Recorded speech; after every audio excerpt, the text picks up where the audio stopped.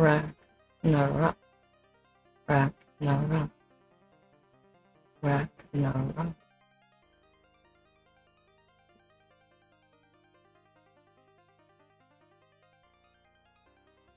We are the rats. We are the rats. We are the rats. You make all of the rules.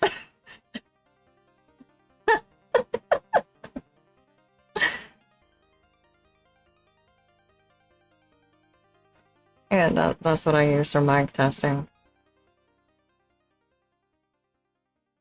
Someone in chat says, good morning, Melly. Kiss, kiss, clap, clap.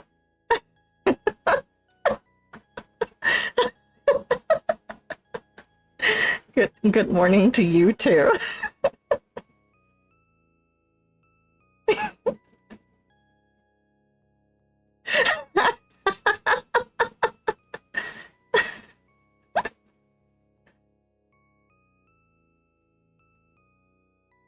Oh, but it seems like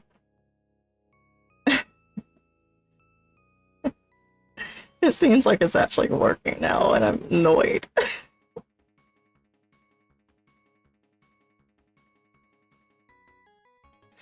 Yeah.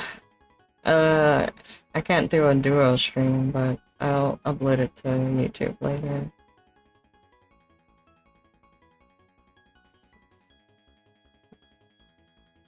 Excuse me, I have tech support in my ear. I wasn't expecting people to actually show up to the stream.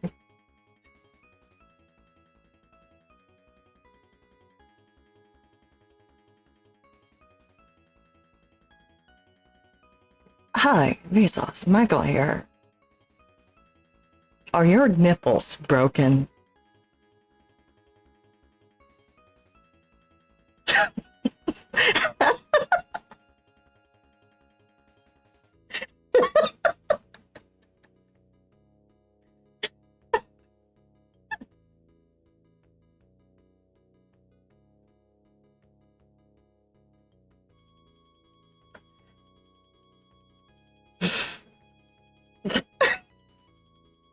I'm so glad you can't hear them.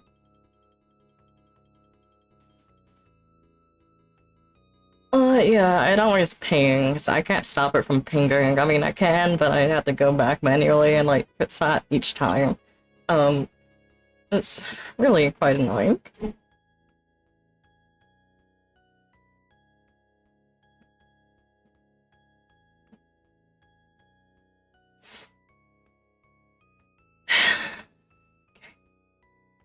No.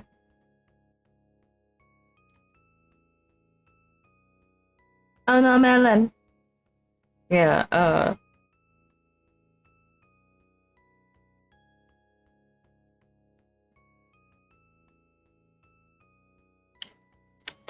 so...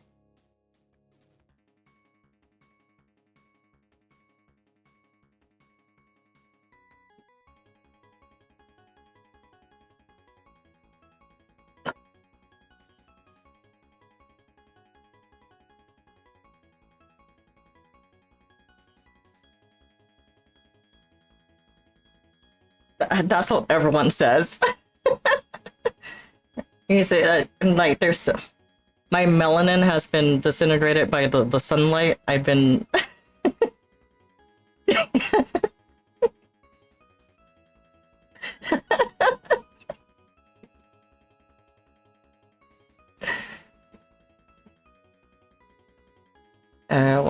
one sec.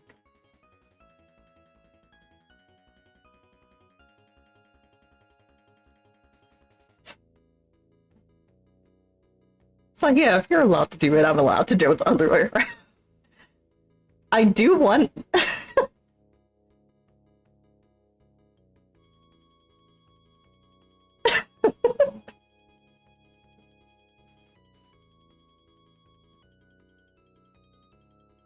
Alright.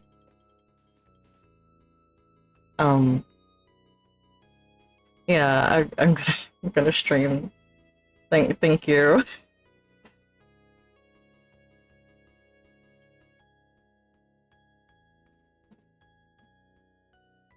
Yeah, 1 second. I had to black out the screen for a sec.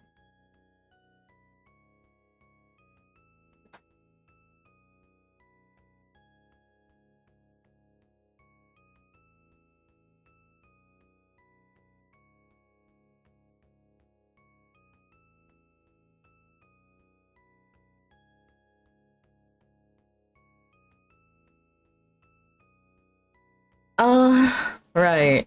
Okay. So, I guess it's working now. Um, it seems to have been an OBS issue. Or rather a Stream Elements issue. Or maybe there's an issue with me duo streaming. But whatever the case, I'm here. And you're here.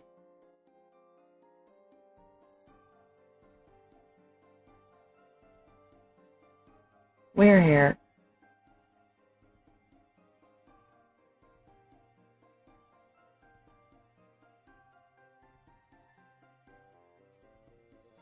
Uh, and with that, I'm gonna need to go get some water and actually prepare to read this. Again, for the second time. And go through all the preamble again and whatnot. Uh, I appreciate your patience. Speaking of which, before I go and do that, I'll let people know it's actually working.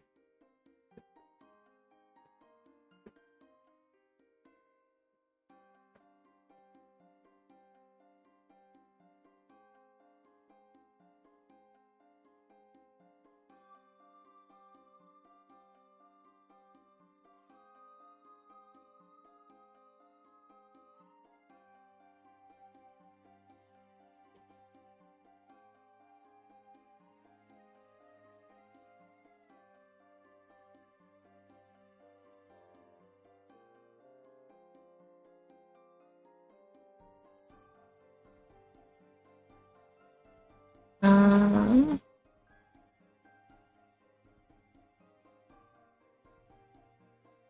do I? Do I have a BRB screen? I have a BRB screen, right? I'm gonna BRB.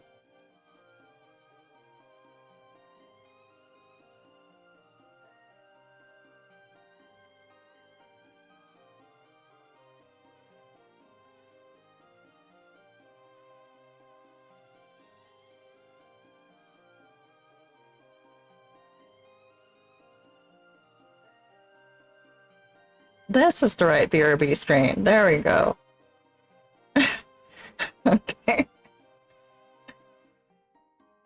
Oh, fuck.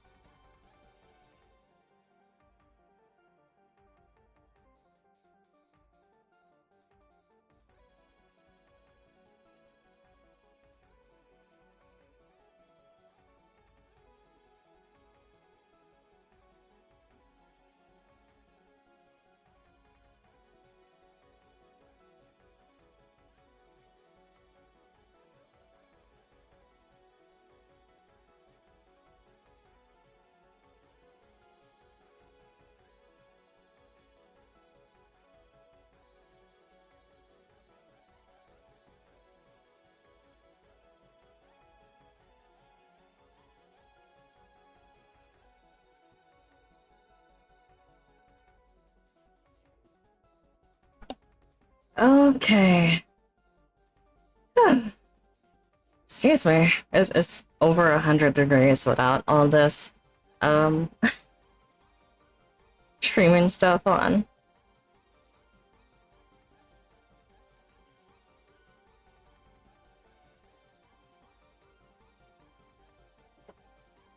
But yeah, whenever the problem was, I fixed it. Wouldn't be a stream without some tech issues. Alright. Now.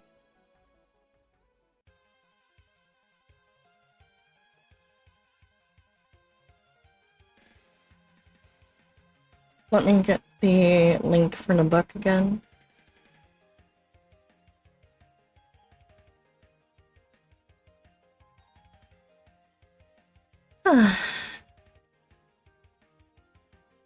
And I will start over.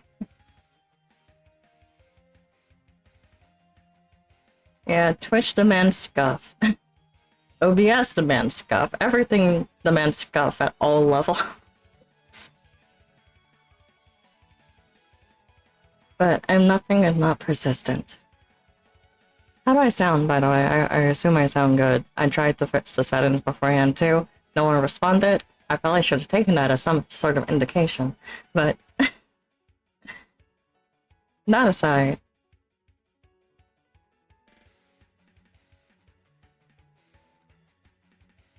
And I'm not streaming to YouTube at the moment, by the way.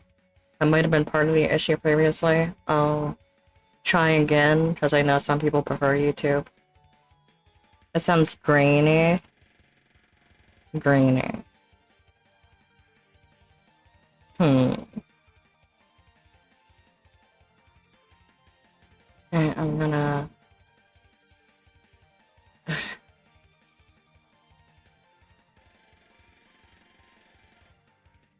Hold on, I have to sign into my own Twitch account. No, I don't. No, I don't have that. I can just do this.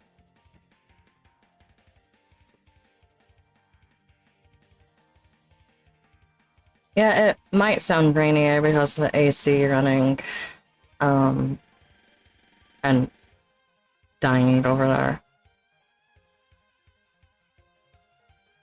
But I will try to make it as smooth as possible.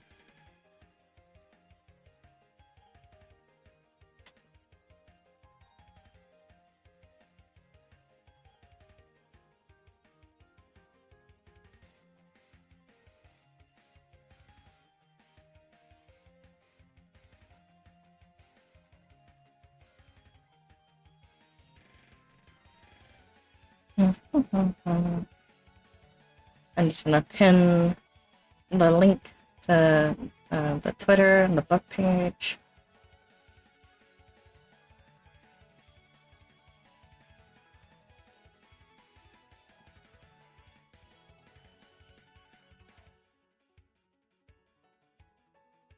Sounds like I'm talking through a radio, one of them old talkie-talks.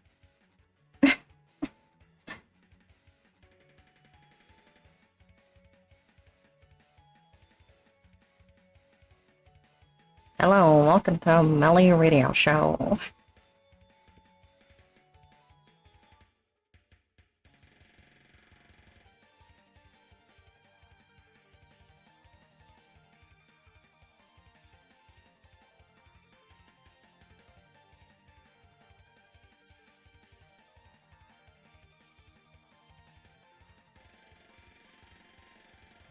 There we go.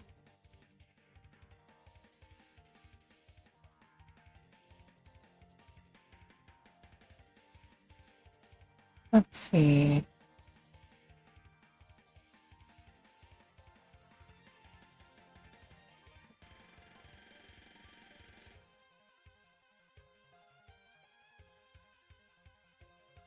You feel like I'd be a great radio host? Oh, perhaps.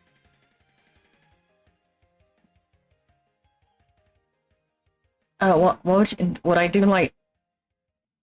Would I do like crime mystery things, like murder mystery radio? I used to love listening to those, honestly.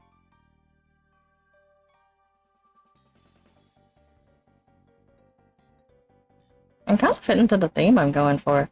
Um, yeah, EQ.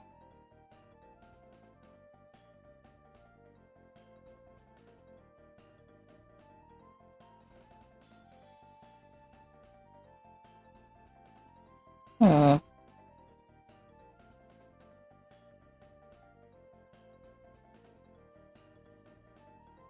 Yeah, they're really nice.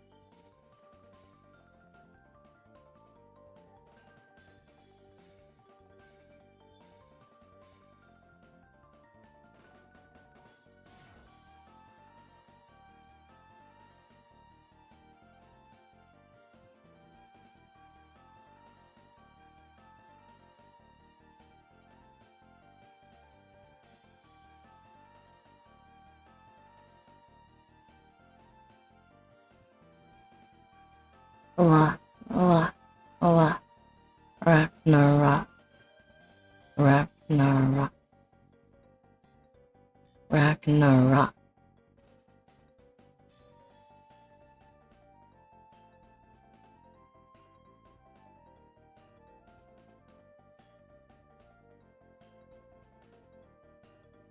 Yeah, thank you.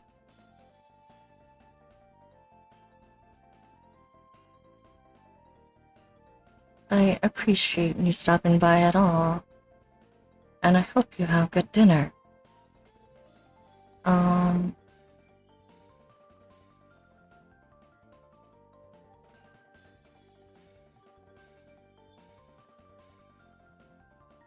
I say I'm gonna do troubleshooting a little bit, but, um,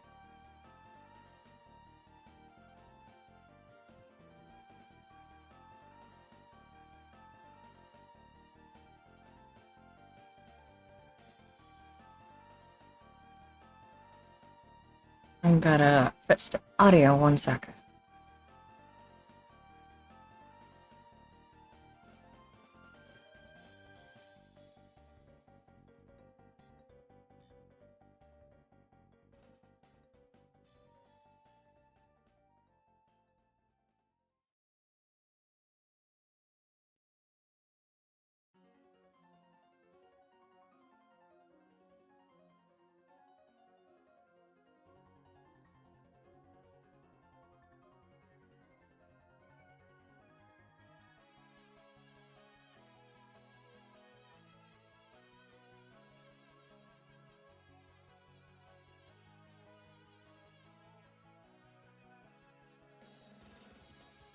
In the meantime, I hope everyone is doing well. I have been quite busy.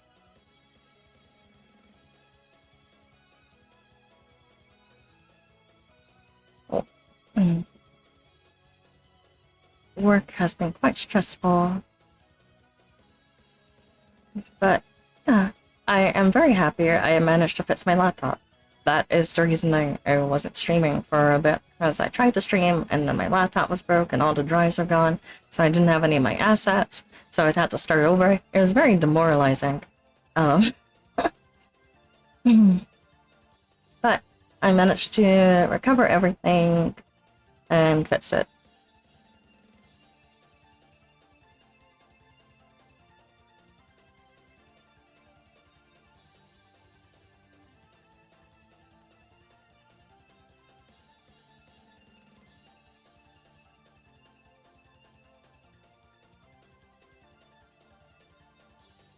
No, unfortunately,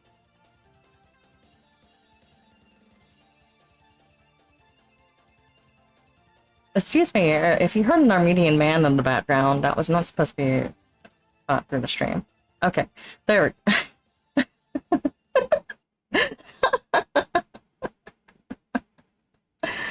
Fortunately, I did not capture. Um, yeah, I managed to fix it, and fortunately, I fixed it in time for this release. My friend that I've known for almost 10 years or so plus has released and published his first book, The Blade That Wonders by Ant Warham. I put wonders, but it's wanders. Excuse me. I maybe misread it in my accent, but the title is correct on the screen. That book right there. And as his first book that was published, has even like full art and stuff. He's been writing lore and other content that I can't read here. For my channel for a little bit. I read some of it in the Discord on a few occasions. And this is the first thing he has published and released, and it took a while, but he did it. In spite of everything pushing him down, he actually made it. It was a book that was adapted from a play, which was quite literally award-winning. It was an award-winning play script. And now it is available for you to read with pretty pictures, pretty anime pictures, like that sexy man with the axe in the back. Love that man. Big men with axe gotta be one of my favorite genders.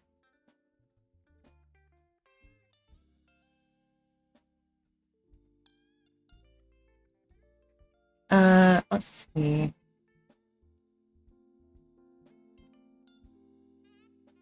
So is this up, I need to see if my mic is even on the right setting.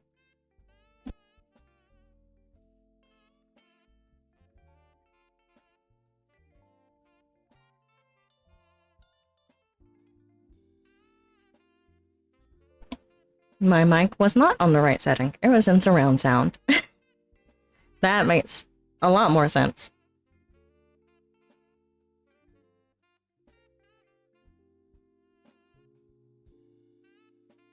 Hopefully that is a little bit better.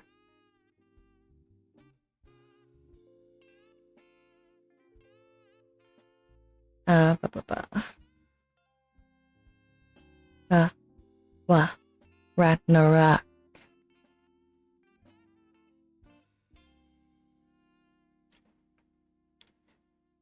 Peter Piper pit the peck pickle tappers. Pat, pat, pat, pat,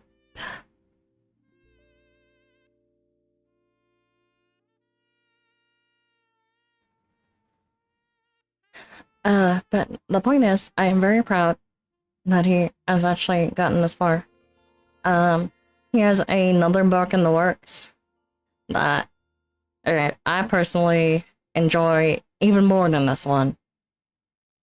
It is he tends to follow a fantasy style that I really like. I would say if you like shonen anime, but with actual substance, or like shonen manga, then you will enjoy this.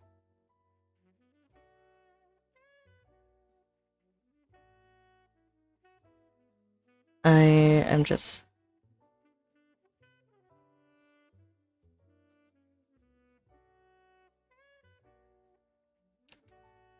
doing a little bit more editing.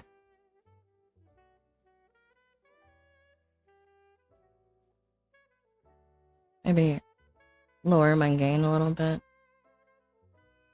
Wah, wah, wah, wah, wah, wah, wah, wah. There we go.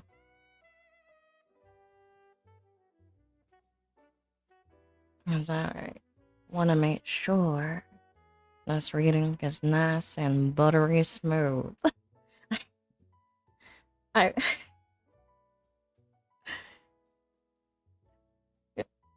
It's been a while since I've had to listen back to my own voice in the microphone.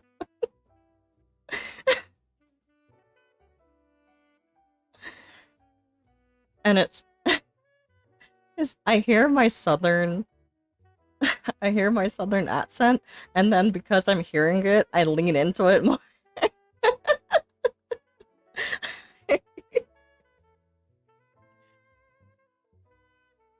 Anyway,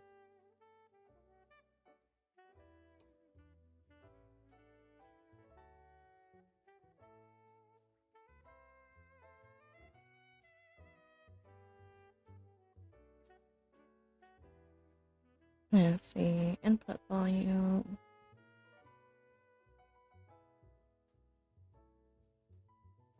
Oh, that's right. I forgot that Windows Update also changes like some settings with the audio.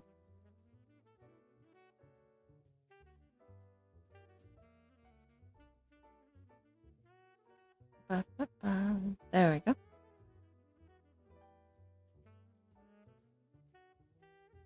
Properties.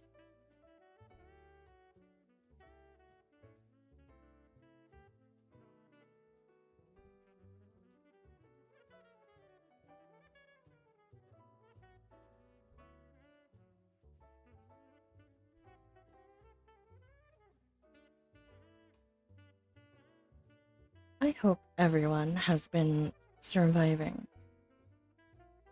in this weather.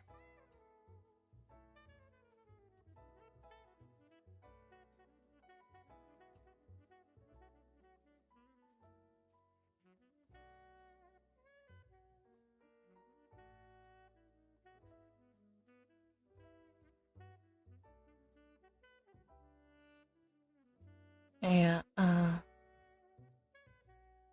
and wah, wah, wah. That seems much better. Hi, here, Allison. Welcome.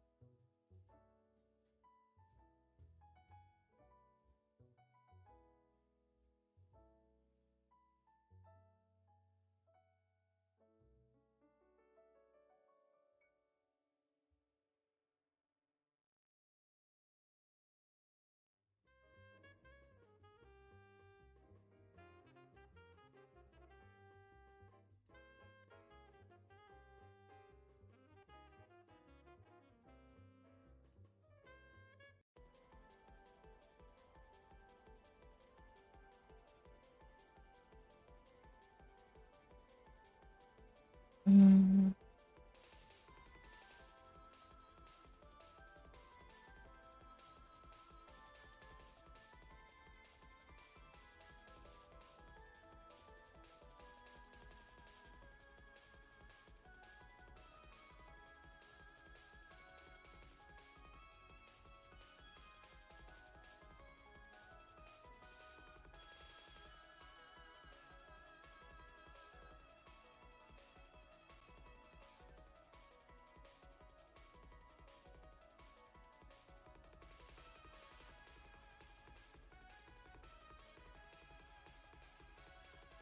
There's the equalizer. I was looking for you.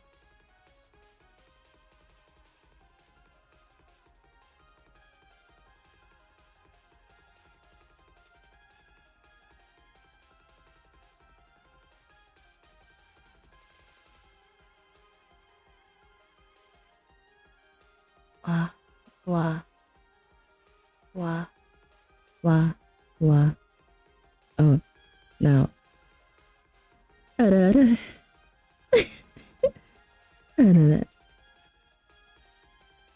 Ragnarok. Ragnarok. Ragnarok. Ragnarok. Okay.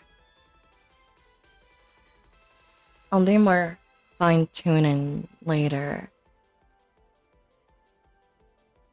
but it seems to sound good enough for now.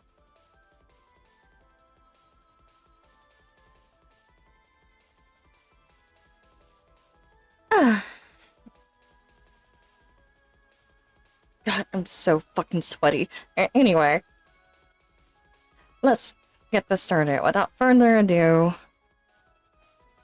in celebration of the worldwide release of The Blade That Wonders by Ant Warham, I will be reading the first two chapters. Keep in mind that it's in second person. It was adapted from a play, so if you don't take issue with that, please sit back, relax, enjoy yourself, make some tea, have a nice snack, and I will get started here. Again, for real this time, with feeling.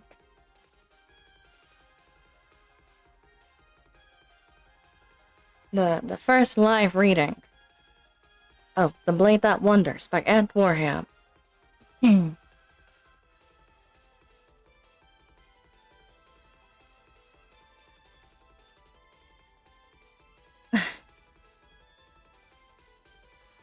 Oh, actually, before I get started, sorry for edging you. I didn't mean to.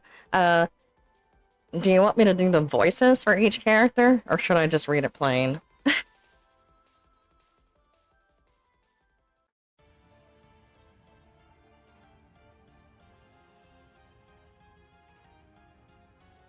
No, I feel like that is somewhat important.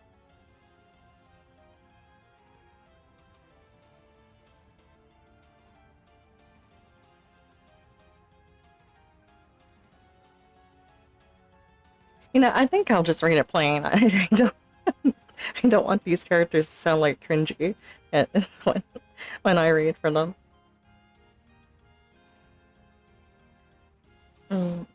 Prologue. The Flash at Dawn. Let me turn the music down a little bit more.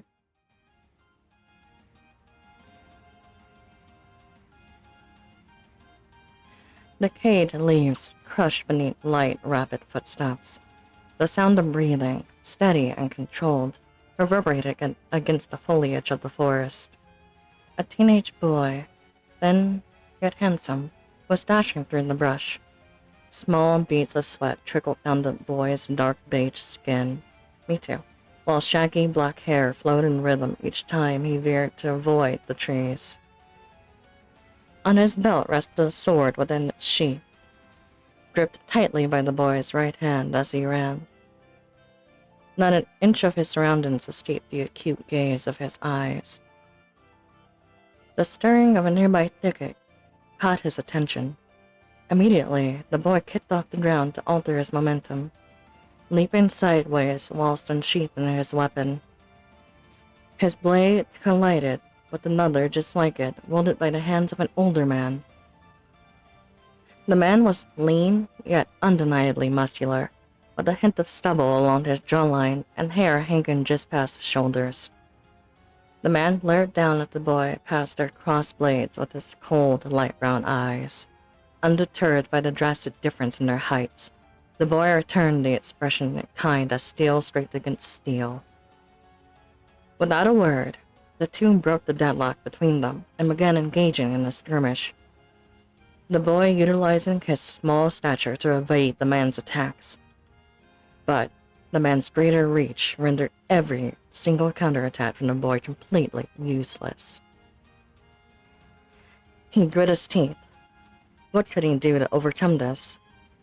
Just as that thought crossed his mind, he caught sight of an opening in the man's defenses.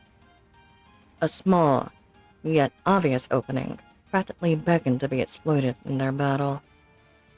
Taking advantage of this discovery, he dove with sword at the ready to strike at the man's weak point, only for the man to dodge perfectly at the precise moment that he did. He felt as if he was floating in midair, left confounded by his failure to deliver a critical blow. He likewise failed to see the man follow up with a slash. The impact of one blade against another wrenched the boy's sword from his hands, sending it flying through the air. In the same motion, the man thrust his left palm directly against the boy's chest. The force was surreal. That was the only thought in his mind as he soared backward and slammed against a tree, sliding down its trunk like a limp rag doll. Loudly coughing, desperately trying to reclaim his breath, the boy sat helplessly as the victor approached undefeated. The man's face was stony, his weapon ready to deliver a swift end to the boy's life. At that moment, he sheathed his sword and instead addressed the defeated. Ready to give up, Tsunari? The young Tsunari clenched his teeth, barely managing to lift his head enough to sneer back at him. Like hell I am, Yasuo. The man called Yasuo raised one eyebrow, the tiniest hint of a smirk crossing his lips. He spread his arms out slightly. Then by all means, attack me, or even stand. How about sit up? You can do that much, right? Tsunari's only movement was a sheepish click of his tongue.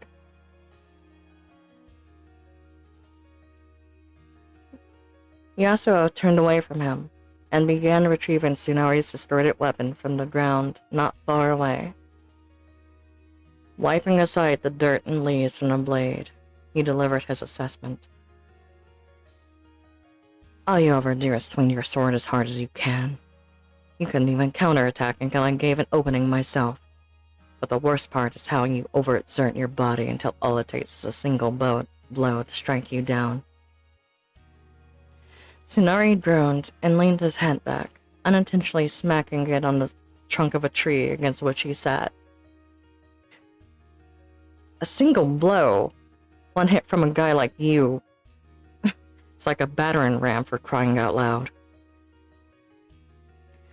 Unfazed by the boy's whining, Yasuo looked back at him. Do you think I haven't been going easy on you? Tsunari stiffened as if he was being scolded.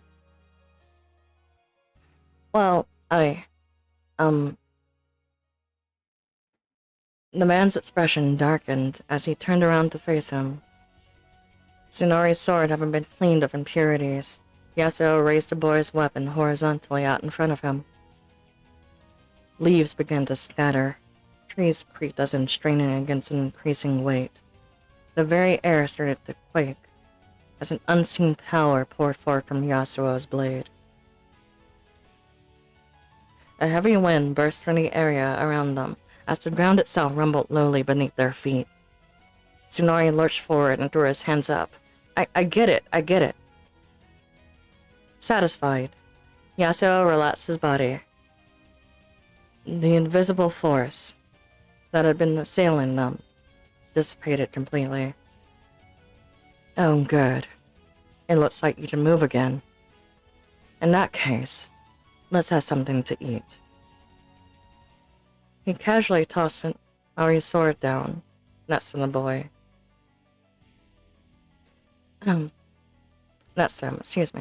Defeated, embarrassed, ashamed.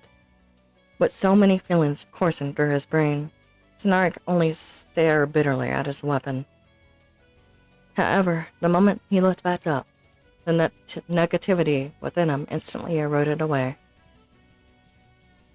Yasuo stood over him, his hand outstretched and waiting. A small smile painted over Tsunari's previously sullen face. Picking up his sword with one hand, he grabbed Yasuo's hand with the other, rising to his feet with a helpful pull.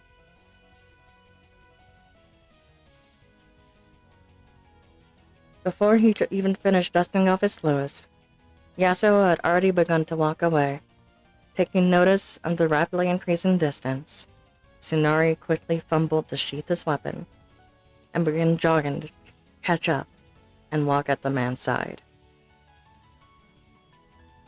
That's the prologue. An introduction of our, I would say, main two characters. They're all main characters in a way. But there's Yasuo, right here, on the front cover, if you can see my mouse. And Tsunari, right here. Master and student. Quite simple but cute relationship, I feel.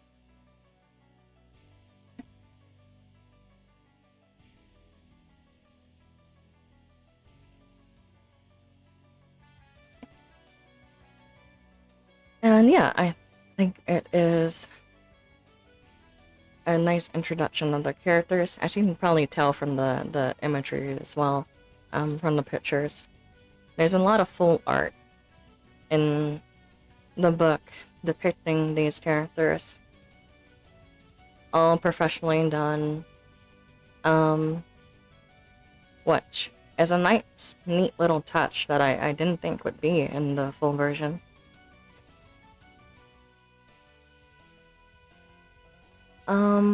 What else? But yes, as you can see by his expression too, very stony, very serious. And this one, like, very impulsive and lighthearted.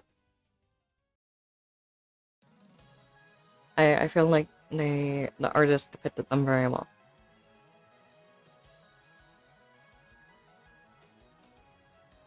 And that brings us to chapter 1.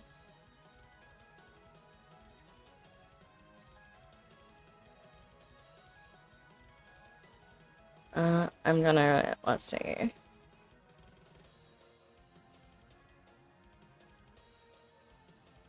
Just trying to determine how much this is to read before I go through it.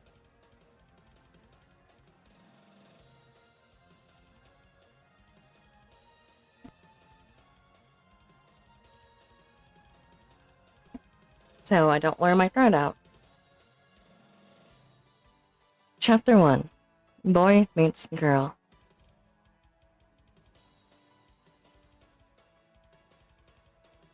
As the sun climbed steadily higher in the mid-morning sky, the light burble of a nearby stream filled the air. Yasuo and Tsunari sat together at a makeshift camp along the stream's shoreline, a thin trail of smoke wafting from the remnants of a freshly snuffed campfire. Each of them held a roasted potato, the results of their impromptu cooking, and a well-deserved meal after their first sparring session of the day. Tsunari opened his mouth wide, eagerly taking a massive chomp out of his potato, undaunted by its lingering heat. You know, that was a really cheap shot, knocking my sword away like that. Barely even taking the time to chew, small bits of potato flew out of his mouth as he spoke. In contrast to his uncouth display, Yasuo took small, clean bites of his own. What makes you say that? Isn't it obvious? What could I even do after that? Even the best warriors out of Luckily loses his sword. If that's what you think, then you're missing the point entirely. A sword is just a tool, the same way as any weapon. Same as any weapon. Anyone can pick one up and start swinging it around. Huh? I'm saying that the sword is only a conduit through which you channel your strength. Tsunari uttered a grunt of frustration as he fiercely devoured the potato. Understandable, potatoes are great. The boy always wore his thoughts on his sleeve, and while Yasuo could see that he was mulling over the idea, little progress was coming of it. Taking a break from eating, he began with a new approach. What about this? Do you think I would be any less capable if I happened to lose my sword? The very notion caused Tsunari to choke on his last bite.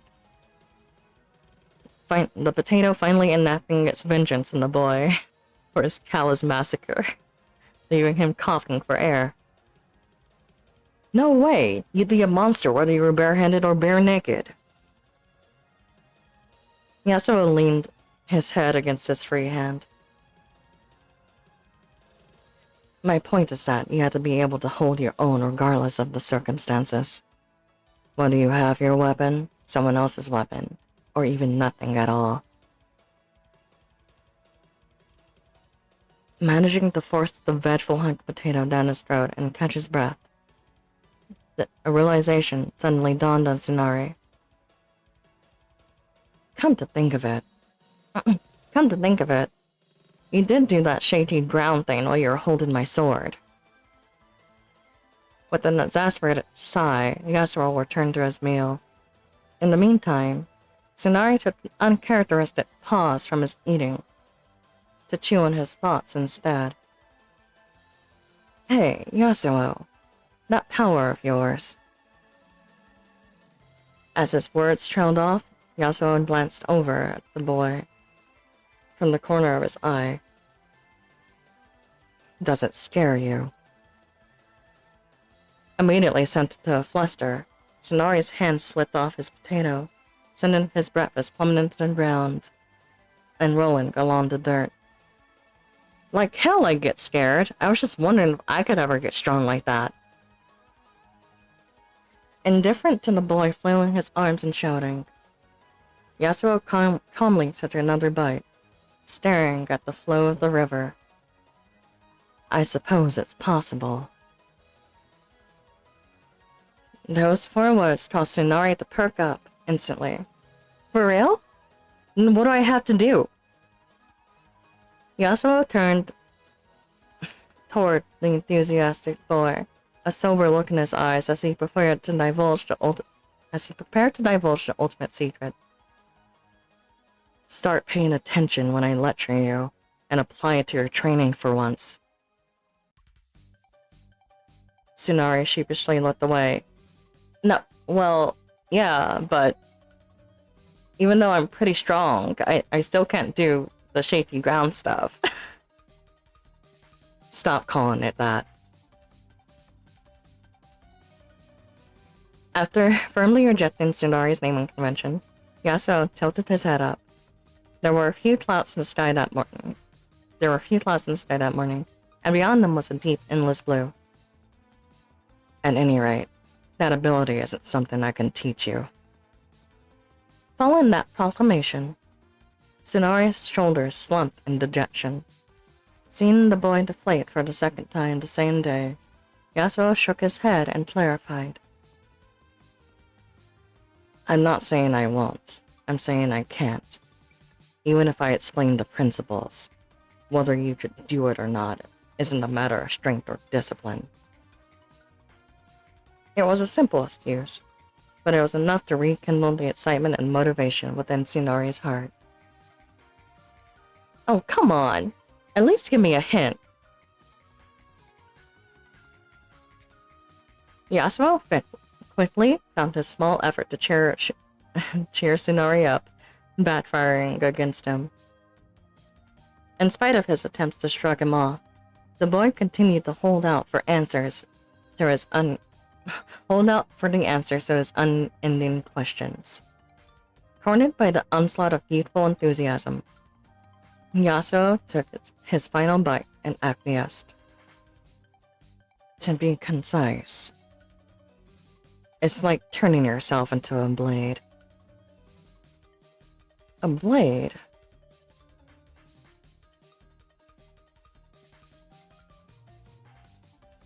Tsunari refused to follow Yasuo's words.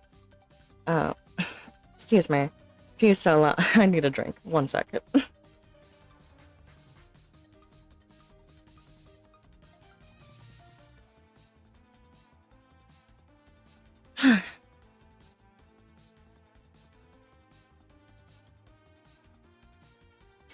Tsunari refused to allow Yasuo's words even the room to breathe, so he continued his explanation. Having not only the means, but the willingness to reforge your entire existence, everything that makes you Tsunari, into nothing more than a blade to cut down your foes. The boy crossed his arms, falling into deep concentration as he attempted to process. He soon began repeating Yasuo's words aloud, giving his full effort to try and make sense out of them. Having the means and the willingness.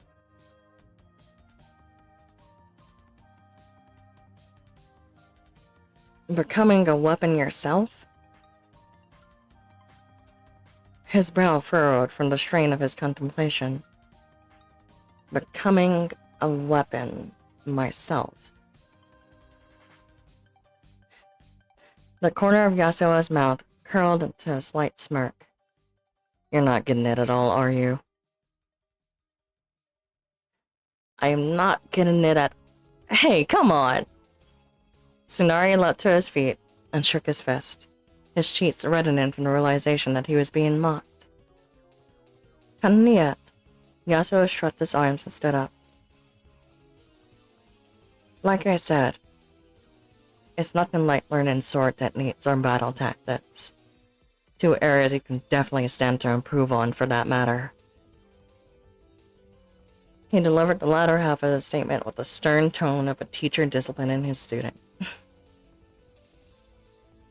But curiously, no argument came in retort.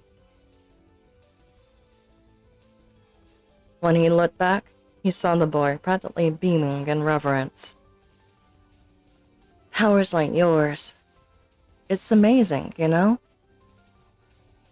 Yasuo struggled to formulate a response, taken aback by an unexpected and earnest display. Thank you for that, Pat. I don't have that redeem set up anymore, but I still feel them. I feel them in spirit. And yes, it works. Wow. I did it.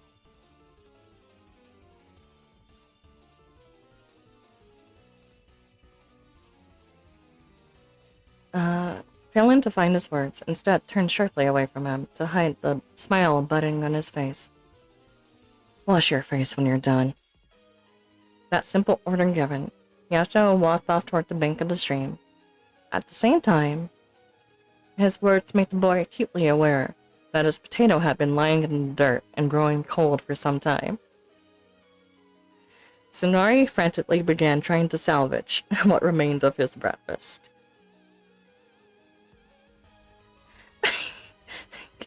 Such a flatterer. Oh my gosh, you. You should be beaming in reverence at the release of this new book made by Aunt Warham, The Blade That Wonders. Wow. Christmas, only 10 days away. Book release, only today. How many hours ago? A few hours ago.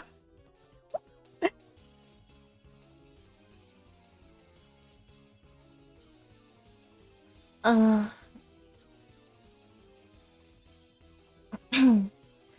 shadow passed along the edge of the forest, the phenomenon catching his attention. Tsunari sat up and looked over his shoulder towards the trees. Though the flowing stream and the gentle breeze continued their conversation around him, to the boy there was only silence. His eyes narrowed, tracing the forest with his gaze. As if he was on the verge of chalking it up to his imagination, some leaves rustled. As he was just on the verge of chalking it up to his imagination, some leaves rustled out of the corner of his eye. Something was out there. Relinquishing his potato and grabbing the sheathed sword that lay beside him, Tsunari rose to his feet and faced the line of trees. Yeah. Oh, thank you.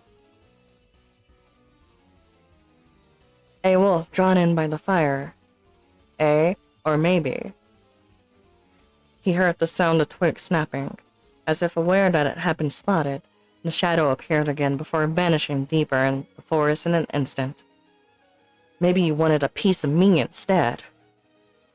Overcome with the excitement presented by a new challenge for him, the boy enthusiastically unsheathed his blade and dashed toward the forest in pursuit.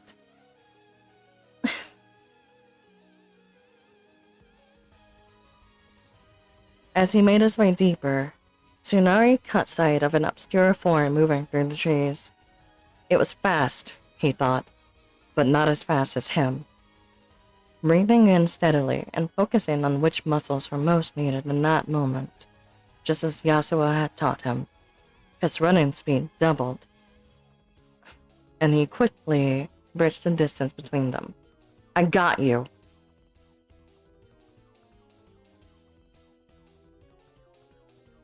He closed in on his shadowy target. The form of his prey was almost visible. As soon as he approached within striking distance, he brandished his weapon and thrust it forward. The last thing he saw before the shine of his blade was flowing golden hair and eyes of dazzling blue that reflected in abject terror. The boy was keenly aware that there was no such thing as a golden wolf, as far as he has ever heard. At that moment, the critical mistake he made had dawned on him, but it was far too late to stop his momentum, and it plunged toward his victim. A woman's scream echoed through the forest.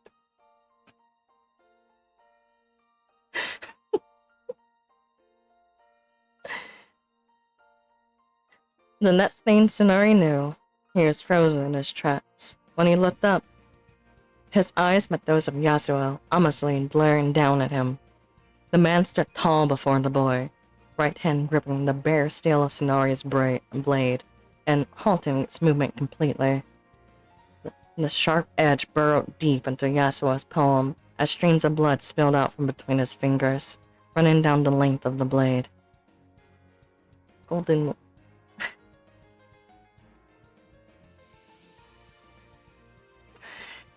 Stop trying to make me laugh.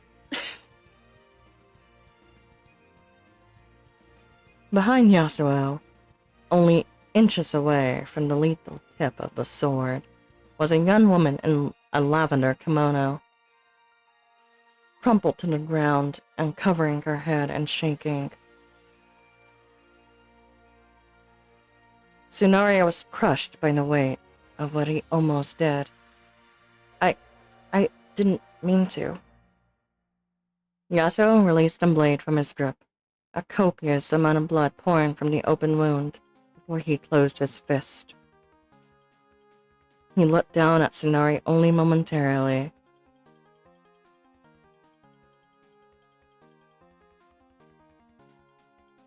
Condemning the boy's actions with his eyes before turning his attention to the woman cowering behind him. He kneeled down, speaking to her with a gentle voice. Are you injured?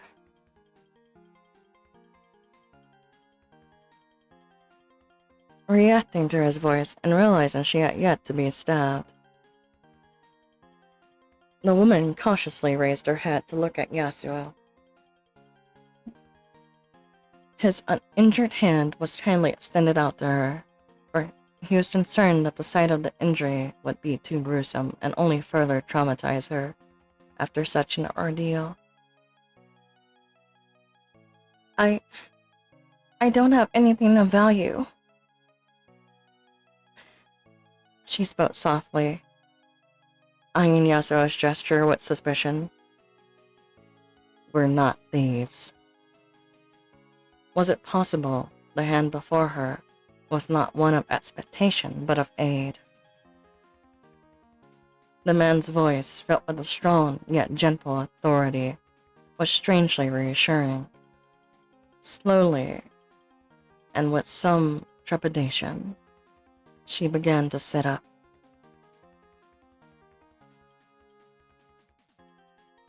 But I'm sorry.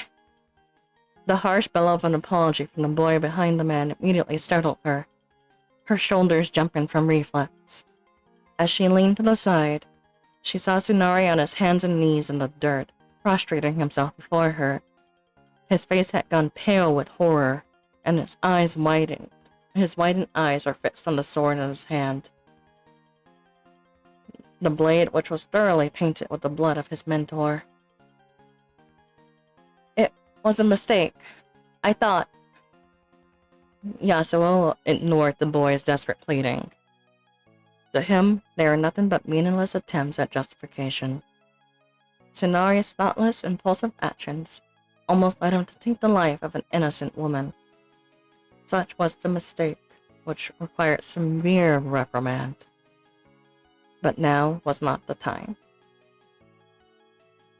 However, while the apology fell on deaf ears for the swordsman, the same could not be said for the woman. No longer even noticing Yasuo's outstretched hand, she crawled right past him and sat on her knees in front of Tsunari. No, it's fine. Please don't be upset. The woman's words felt with concern for the boy, despite the fact that it was her life that he endangered. Bewildered Tsunari. Raising his head, he met the eyes that had shown nothing but fear of him the last he saw them. Her voice was sweetness incarnate, and her smile more radiant than the morning sun. The dirt and stray leaves did nothing to tarnish the beauty of her blonde hair. Without warning, Tsunari found himself irreversibly enchanted. It was my mistake too.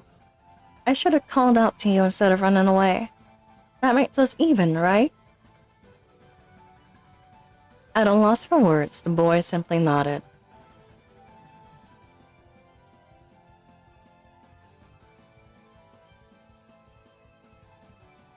Satisfied with this agreement, Tsunari quietly followed the woman's lead, and the two rose to their feet together. He reflexively attempted to sheath his sword, but paused at the sight of Yasuo's blood coating the blade. Regardless of what she said, this was an error he would struggle to ever forgive himself for.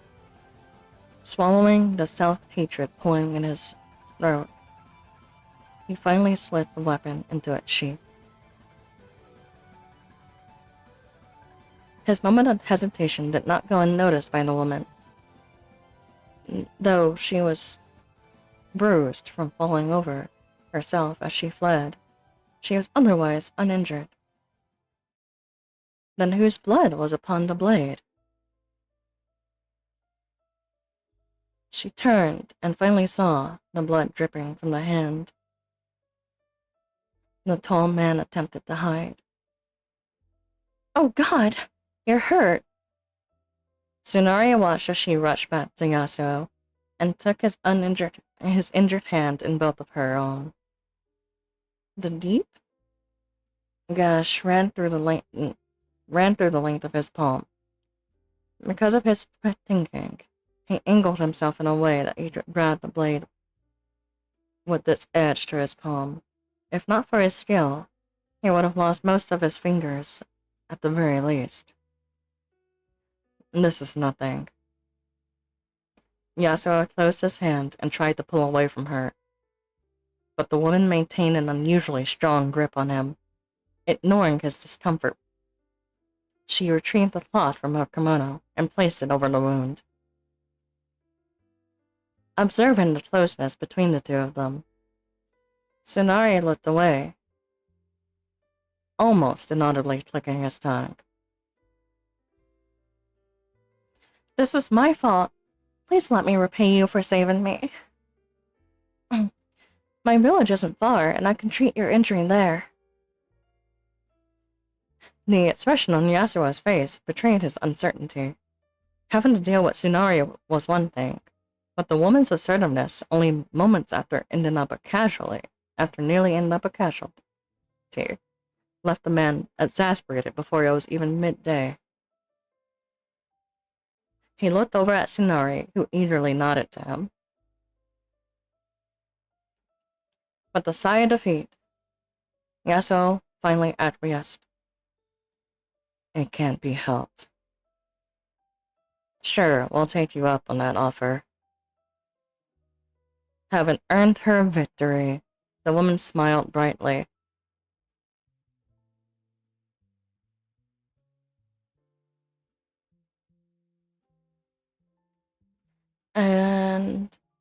that was chapter 1.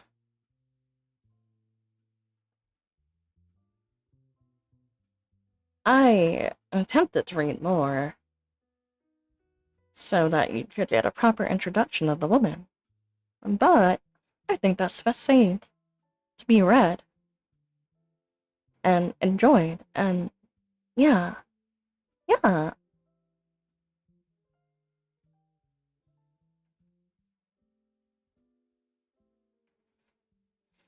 I think for something that was adapted to a play, his first book, I mean, he's written a lot of other things before. Like I said, some that I can't mention on this stream. Um, but I am very proud of him. He's done a good job. And his next book is even better. It is I love it so much. And he just released a new chapter, and I have yet to read it, but I really want to.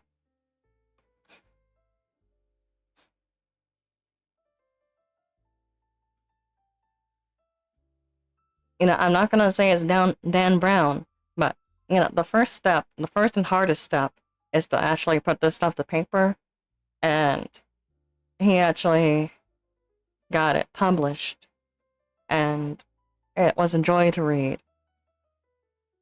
The author, the author is a very longtime friend of mine, Ant Warham. If you look in the pinned, that is his account, and the book has been released today. Um, but he's written lore for my channel. Like I said, other short stories that I've read in the Discord previously. Uh, he does take commissions. Um,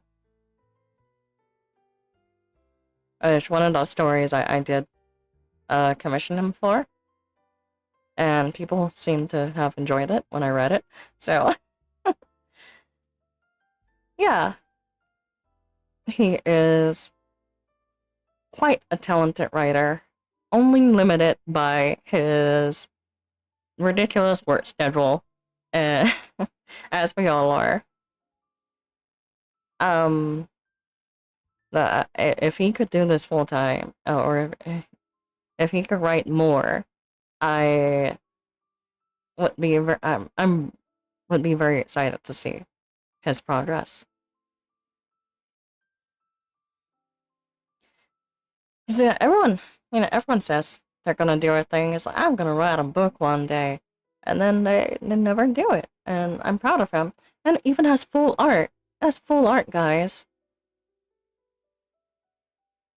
There some of these, like even the cover is like fire, but the pieces inside the pages are even better in my opinion.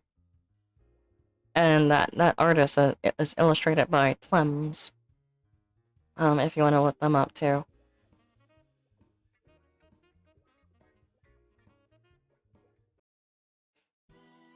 Um, yeah. Thank you for coming to the reading. Please, please, please check out the book. I'll post it again. 1 second.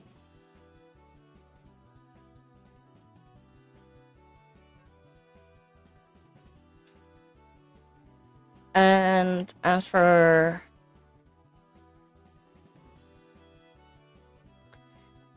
any other stuff, I still need to do a bit of troubleshooting, and I don't have a set schedule, but now that my streaming stuff is set up, you'll be able to hear my quote unquote pretty voice even more. I do for sure want to finish Fallout at the very least. And we'll see what else is in store.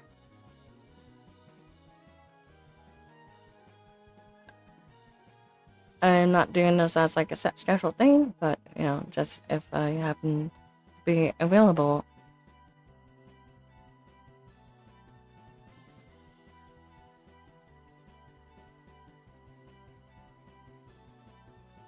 Let me get that link.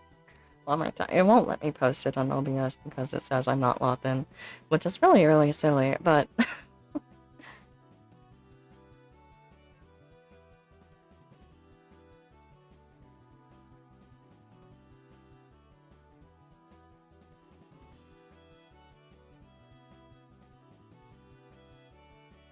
But if you see it at the pinned, I'm gonna post it again just because I can. Just because, why not? I can do anything I want.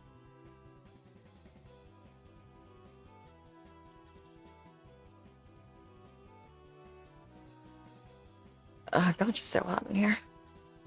I hope you all are staying hydrated in this intense heat, by the way.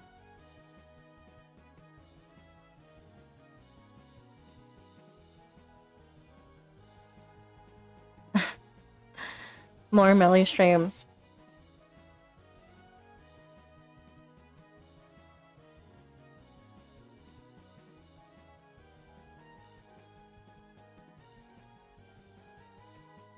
Yeah, and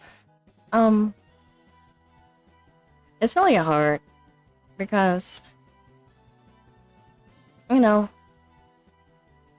I can do whatever I want forever. Okay, don't give me that much power. I mean, thank you, but I will do my best always. Yeah, and it's like life just keeps everything too busy. And I will say, if you want a little bit of background about the author a little bit, it's like for a while, he had 2 jobs and several hurricanes run through. And the fact that he still managed to produce any of this is kind of is inspiring to me. In addition to it being some really good work.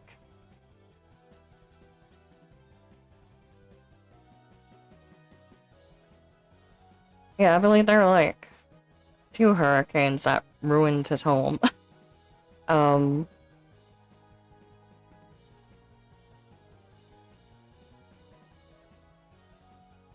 But I always did my best in spite of my limited time to support this work. I read through on the beta, the first drafts, everything. Because, and you know, if I can do anything to make people's, or if I just had to devote a little time to make people's dreams come true, then I will. And I admire people who have such passion. And I wish to share in such passion.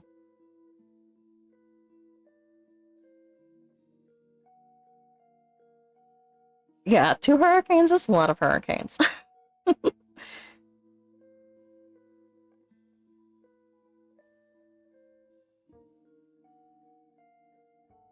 And you know, same, I'm gonna probably be more available to stream because my job is doing mass layoffs.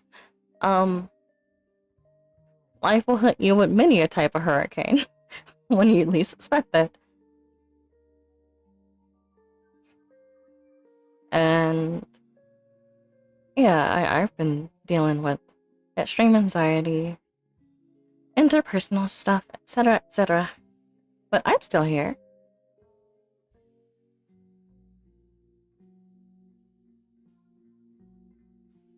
So anyway, yeah, so future plans.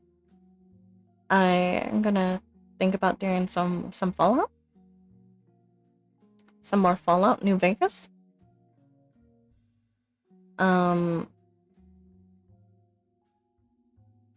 There may be another redesign in the future, who knows? Still have to think about that.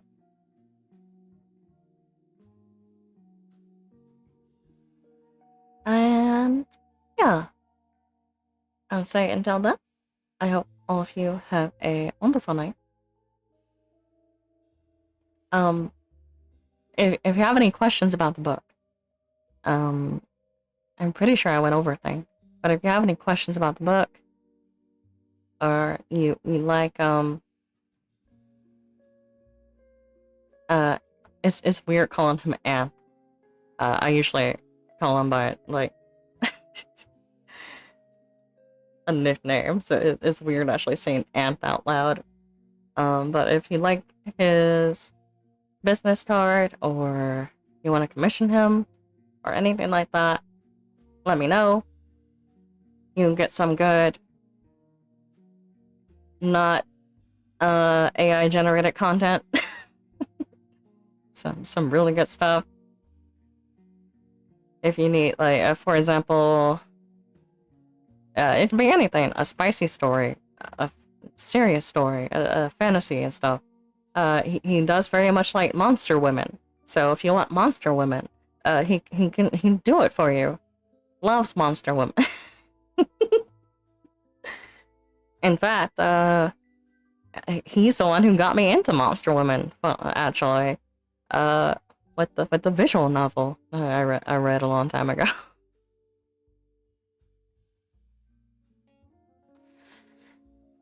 So if you're a fan of any of that content and you need someone to write it for you, uh, he's always looking for them.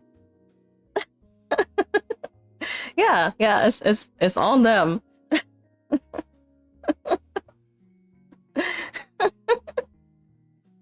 And that was a long time. Like I said, almost 10 years ago, I met him, and he showed me that monster visual novel, and I've never been the same.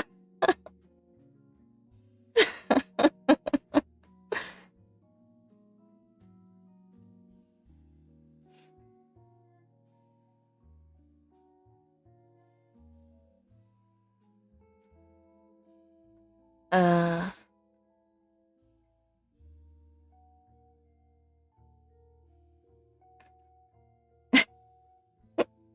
well, I shouldn't say that. I shouldn't say that.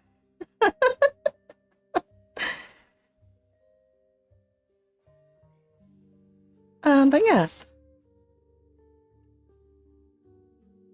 They were there on the first days. I was RPing on Twitter, doing text roleplay.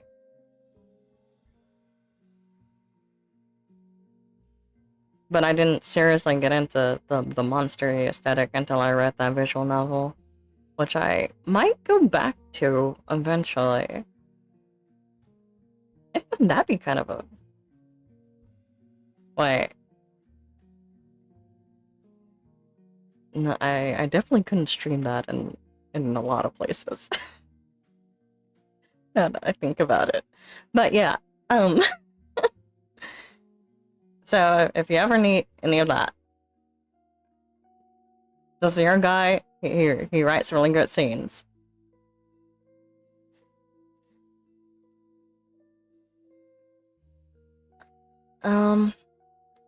But with that, and if there's no other questions about the book or any future suggestions, just check out their Twitter, check out their Amazon page for the book. If you do buy it, leave a review, please. Thank you. And thank you for attending my first stream in a while. I didn't mean to stay away for so long, but hardware issues happened. But I fixed them again.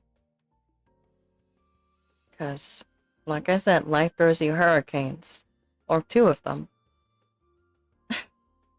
But I managed to fix it.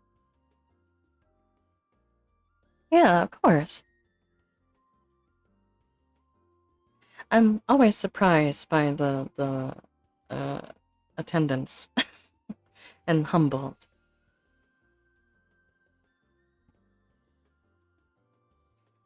Yeah, have a good night. Please take care of yourselves as best as you can. Take care of each other. All of you, I'll give it to you for free. All of you good boys and good girls, thank you for stopping by. And if you don't fall into any of those categories, you good non-Euclidean, non-Euclidean fluid, you. You little creature. I hope you have a wonderful night as well.